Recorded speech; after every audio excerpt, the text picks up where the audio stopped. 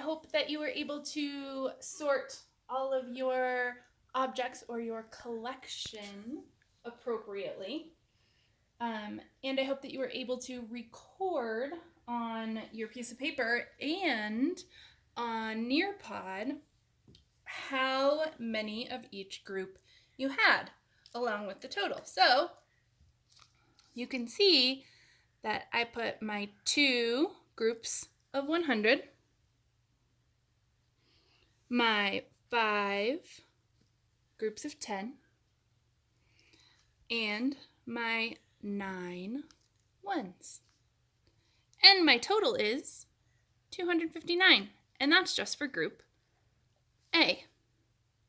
And then I went through the rest of my collection and did the same thing and have all of these totals for each bowl from my collection. Now, my original estimate was 110.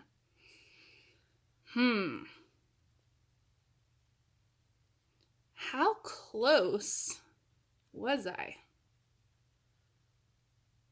I was pretty close here and pretty close here, but I didn't do so hot on these, did I? Interesting. Well, now I'm going to take all of the totals from my collection and order them from greatest to smallest. So my collection that was the largest was group A. So I wrote the total for group A at the top. And then came group D. So I will write that D came next with 258. 197 was next, and that was my group C. 132, B. Group F was 113, and group E was 91. Cool. But now I'm curious to know what I have in my entire collection. I'll give you a second to figure out your collections from greatest to smallest, and then we'll talk about how we're going to find our total for the entire collection. Push pause.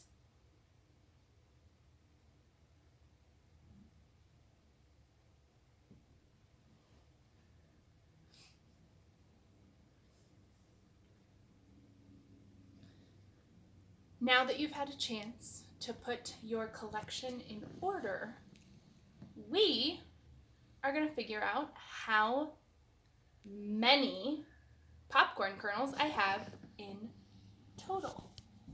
But we're going to do that by regrouping. So we're going to change the perspective on the camera for just a second. And you're only going to be able to see my hands. Okay, so I'm going to look in all of my ones. And I'm going to find the largest amount. Well, I know from my chart over here that I have 9 ones in group A. Well, I also see that I have 1 in group E. So I'm going to take that and I'm going to put it up here. And suddenly I have another group of 10. So I'm going to move that over. There's space right here. So I'm going to go ahead and move that one over to just right there. And then I also know that I have a group of 8. So I'm going to take that group of 8 and combine it with this group of 2 to make another group of 10. I'm going to go ahead and put this one down here.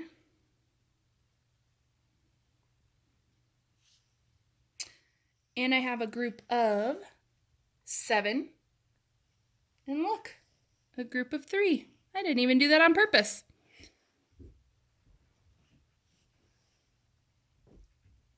And now I have another group of 10.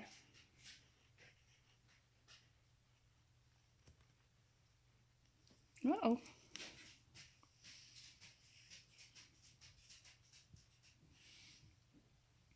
Okay, so I have no 1s left. So let's record that. In my final total, in my 1s place, I have 0. And now we're going to focus on our 10s.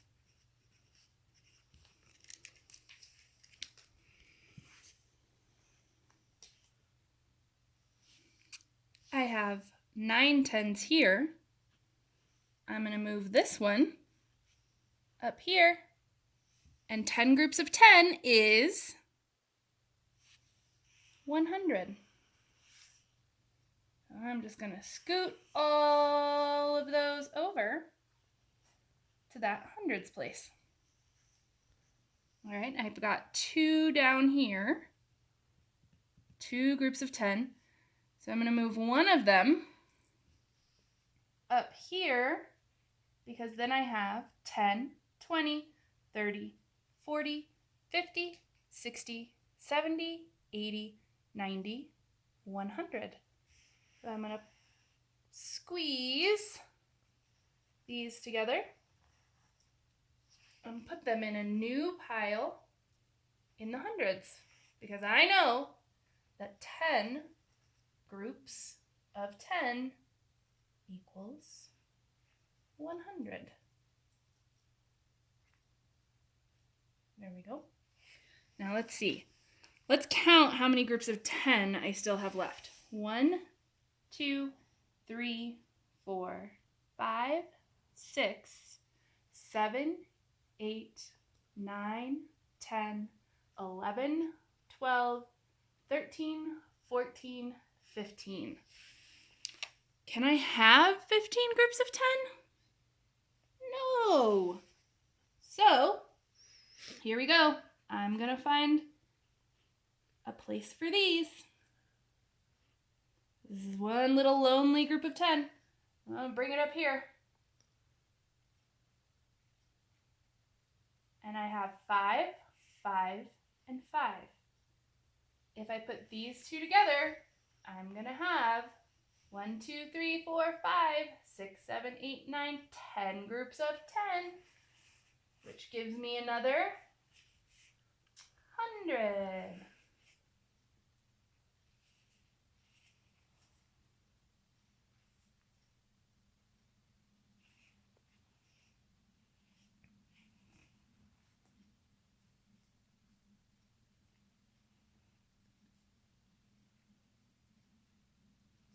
Okay, so now I have 5 groups of 10 left. Can I move any of those over to my hundreds? No. So I need to record how many 10s I have left. 10, 20, 30, 40, 50 is the same as 5 groups of 10. All right, now let's count up our hundreds. We have 1, 2, 3, 4, 5, 6, 7, 8, 9, 10. Uh-oh. Can I put 10 in my hundreds place?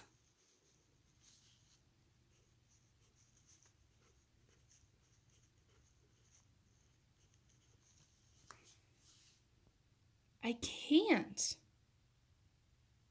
I can't put 10 in my hundreds place because 10 has 2 digits.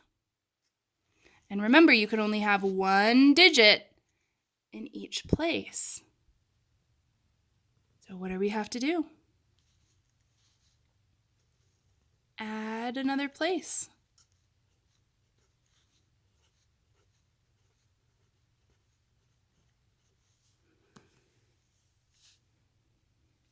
If I put all 10, 1, 2, 3, 4, 5, 6, 7, 8, 9, 10 groups of 100 together, what am I going to have? Well, let's count up by hundreds. 100, 200, 300, 400, 500, 600, 700, 800, 900, 1,000. Woo! We're going off of our chart.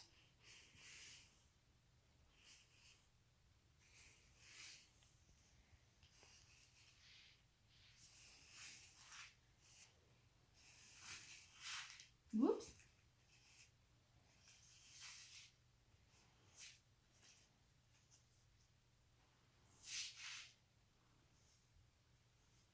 There we go.